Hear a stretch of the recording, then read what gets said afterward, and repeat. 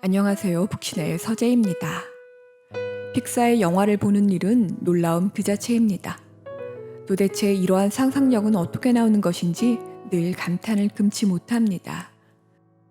인간이 겪어보지 못한 세계를 상상에 기대어 만든 뛰어난 작화는 애니메이션이라는 장르를 예술의 경지로 올려놓았습니다. 천재들의 놀이터인 픽사와 디즈니의 자본력이 만나 탄생한 2018년도 영화 코코는 멕시코 전통 축제인 죽은 자의 날을 배경으로 한 놀라운 모험담입니다. 영화에도 온도가 있다면 이 영화는 딱 사람 체온의 그것이라 말하고 싶을 만큼 따뜻합니다. 한 세기는 좋게 살았을 법한 늙고 쭈글쭈글한 할머니를 그토록 사랑스럽게 그려놓을 수 있다니요. 그 할머니의 이름이 바로 코코입니다. 이 작품보다 사후 세계를 더 밝고 아름답게 그려놓은 영화가 있을까 싶습니다. 망자의 세계가 갖는 어둡고도 기괴한 이미지 대신 픽사가 창조해낸 밝고 찬란한 사후 세계는 이승의 영역이 이어지는 또 다른 현실계의 연장입니다. 영화는 저승의 영혼이 이승을 오가는 날인 망자의 날에 뮤지션을 꿈꾸는 주인공 미겔이 저승에서 해묵은 가족 간의 갈등을 풀고 이승으로 돌아오는 가족 간 화합과 사랑에 대한 이야기입니다. 죽은 영혼들은 화사한 메리골드 꽃다리를 넘어 후손들이 차려놓은 음식도 먹고 그들의 모습도 보면서 행복해합니다. 단 기억되는 영혼일 경우에만 가능합니다. 공항 출입국을 연상케 하는 검색대는 죽은 자의 몸을 스캔합니다. 그곳에서 제단 위에 사진이 없는 영혼들은 이승으로 가는 다리를 통과하지 못합니다. 그리고 이승에서 아무도 기억해주는 이가 없을 때 진짜 죽음을 맞게 됩니다. 소년 미겔은 집안의 반대를 무릅쓰고 음악을 하고 싶다는 열망으로 델라크루즈의 재단에 들어가 그의 기타를 훔쳐내려다 죽은 자의 세계로 들어가게 됩니다. 전설적 가수인 델라크루즈를 자신의 고조부로 알고 있는 미겔은 죽은 자의 날이 끝나기 전에 조상의 축복을 받아야만 다시 이승으로 갈 수 있습니다. 하지만 저승에서 만난 그의 고조모 이멜다는 남편 헥터가 음악을 하느라 가족을 버렸다는 이유로 후손 미겔이 음악가가 되는 것을 결사 반대합니다. 이승으로 가야 하는 미겔은 뮤지션 델라크루즈의 축복이 절실합니다. 현실 속 미겔의 할머니는 더합니다. 미겔을 너무도 사랑하지만 가업인 구두 제조만이 살아갈 길이고 음악은 꺼내서도 안 될 사악한 것으로 경계합니다.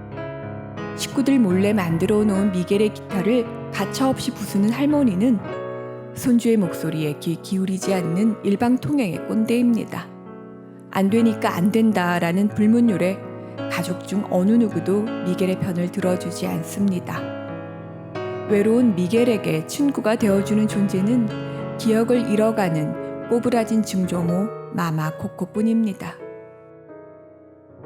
이 영화는 기억으로 이어지는 가족의 소중함에 대한 이야기인 동시에 가족의 반대 속에서 꿈을 이뤄내고자 하는 열망에 대한 이야기이기도 합니다. 가족과 꿈 중 하나만을 선택해야 하는 것은 고통스러운 일입니다. 가족은 최후의 보루이자 자신을 가장 잘 아는 존재들이기도 하지만 동시에 제일 모르는 오리예의 대상이기도 합니다. 가족보다 더 중요한 것은 없어 라는 가족 지상주의는 가족을 위해 자신을 희생하라는 요구를 낳기도 하지만 그러니 조건 없이 내 편이 되어달라는 항변 역시 가능합니다.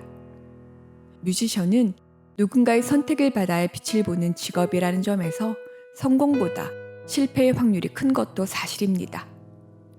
그리고 성실히 가업을 일구어 놓은 할머니 입장에서 손주를 위해 악역을 자처하는 마음도 10분 이해됩니다. 하지만 심장이 두근거릴 정도로 좋아하는 일에 열정을 쏟을 수 있다면 최소한 성공은 어려울지 몰라도 행복할 수 있지는 않을까요? 미겔이 사후 세계에서마저 증조모가 자신이 음악을 하는 것에 축복을 내려주지 않자 길을 쓰고 델라크루즈의 축복을 받기 위해 그를 찾아 헤매는 것은 가족을 사랑하지 않아서가 아니라 그만큼 음악이 간절했기 때문입니다.